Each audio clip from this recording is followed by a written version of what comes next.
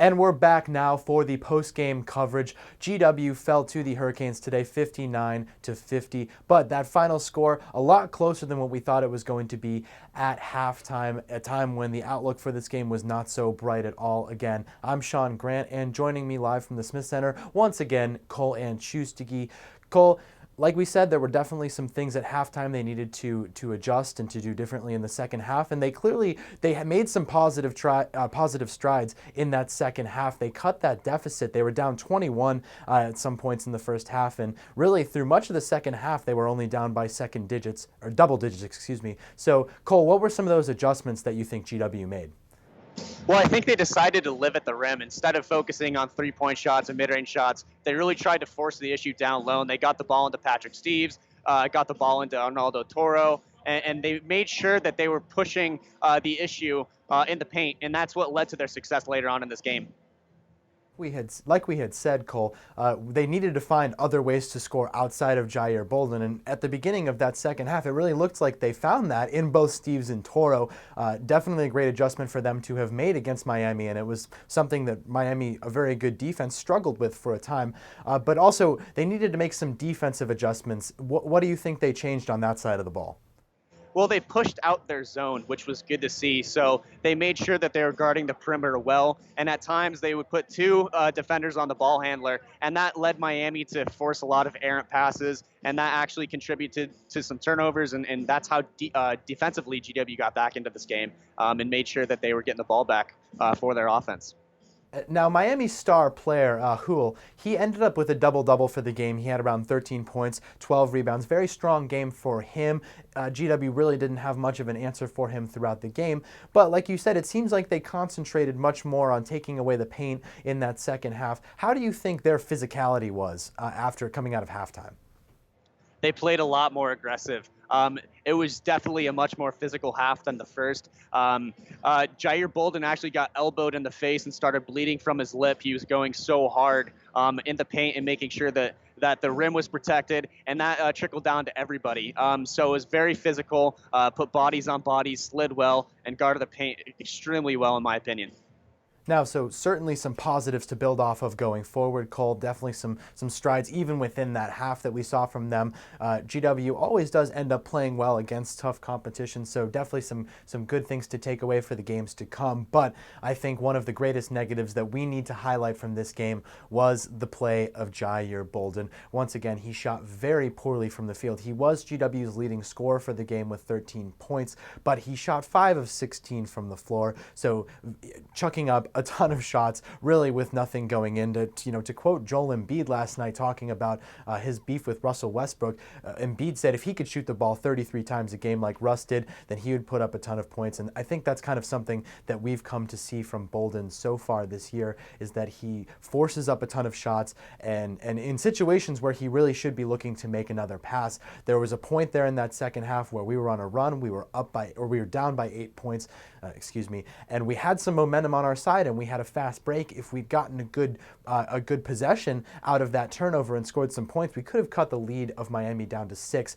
But instead, in transition, Bolden pulled up for an errant three-pointer, and it was well wide of its mark. And I think that was kind of something that we saw throughout this game. We had that other scoring option, like we talked about, that strong post play of both Toro and Steeves, and yet Bolden was still looking to force up his own shots. What else did you see? What were some of the other things that he did in that half that he needs to change going forward?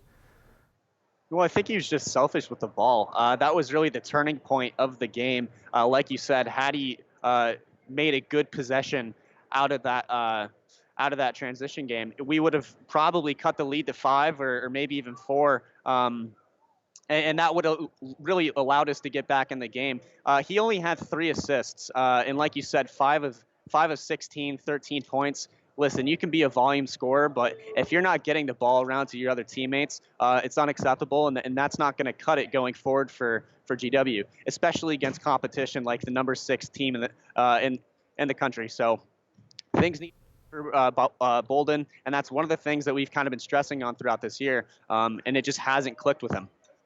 Now, something else to note from this game is the play of Justin Mazzulla. Now, in a couple of these past games, we've talked about efforts that don't show up in the stat sheet. You know, players getting their fingers on balls, players making good passes, players making smart decisions while dribbling, right? Some of those what Coach Maurice Joseph calls almost ghost statistics, stuff that you don't see, but that often contributes to a win. And I think Mazzulla, the play of Mazzulla today was something that really, showed that he can have an impact. There were times when he was asked to be the primary ball handler, and it was a point during that stretch where we pulled within 8 points of Miami that Mazzulla was out there. He looked calm, he looked collected, he was running the point actually effectively.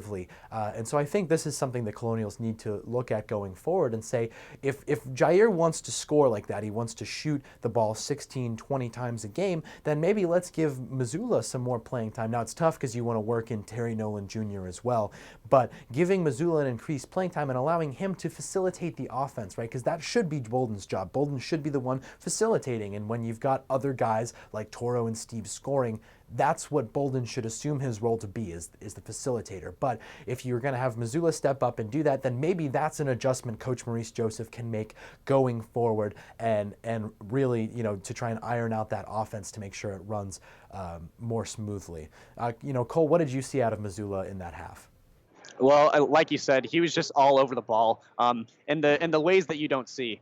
His game was very nuanced, and he contributed a lot to GW's success, even if it doesn't show on the score sheet. So he was extremely good. And one of the biggest gripes that I think I have with Maurice Joseph right now is not getting his bench players more involved. Listen, we got 6 players that run our show, and I haven't seen any reach towards the bench or reach towards different players. And I really want to see Mazzulla get in there just because he is a hustler. He does go hard on those 50-50 balls. And he's a much better facilitator than Jair, in my opinion. Well, Cole, one of the things we noted last season was that while Maurice Joseph might need to get better at making adjustments in game, his game plan strategy is often very strong. So hopefully we see him take some of these lessons, some of these indicators that they got in this game against very strong competition in Miami, and hopefully they'll make some changes going forward. So thank you for joining us here today for our coverage of the matchup between GW and Miami. Unfortunately, Miami comes away with a 59-50 win. Some good things to take away from the game for the Colonials, but also certain adjustments need to be made, especially as they head into conference play. So stay tuned for our next live coverage. Again, that will be of a conference game, games that start to take much more importance for GW down the stretch in the season. Thanks for joining us.